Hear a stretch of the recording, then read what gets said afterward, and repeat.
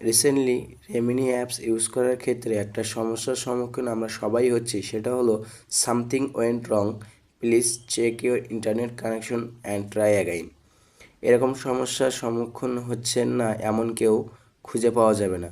আমি নিজেও এই সমস্যার সম্মুখীন হয়েছিলাম, তবে ছোট্ট একটা ট্রিক্স প্রয়োগ করার মাধ্যমে আমি এই সমস্যা থেকে সমাধান পেয়েছি। আজকের ভিডিওতে আমি সেই ট্রিক্সটা আপনাদের মাঝে শেয়ার করব, যে ট্রিক্স প্রয়োগ করার মাধ্যমে আপনারাও আপনাদের সমস্যার সমাধান পেয়ে যাবেন। তার আগে আপনাদের কাছে ছোট্ট একটা রিকোয়েস্ট, আপনারা যদি আমার চ্যানেলে নতুন হয়ে থাকেন তাহলে অবশ্যই আমার চ্যানেলটি সাবস্ক্রাইব করবেন এবং পাশে থাকা বেল আইকনটি ক্লিক করবেন।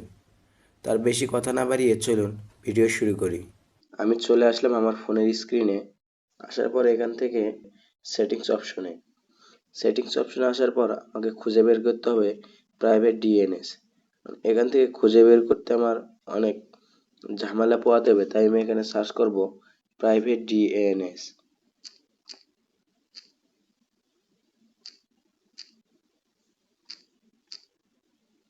এখানে ক্লিক করব। ক্লিক করার পর প্রাইভেট ডিএনএস এখানে ক্লিক করব। তারপর এখান থেকে আপনাদের সকলের অফ থাকবে। এখান থেকে private DNS provider host name এটা সিলেক্ট করে দিবেন। তারপর এখানে লিখবেন dns.adguard.com, লিখে সেভ করে দিবেন। তাহলে আশা করি সমাধান পেয়ে যাবেন। তো চলুন দেখি আমাদের সমস্যার সমাধান হয়েছে কিনা। এখন আসলাম আমার ফোনের রেমিনি সফটওয়্যারে। আসার পর এখান থেকে আমি এই ফটোটা ইনহ্যান্স করব, তাই ফটোটা সিলেক্ট করলাম এবং ইনহ্যান্সের উপর ক্লিক করলাম।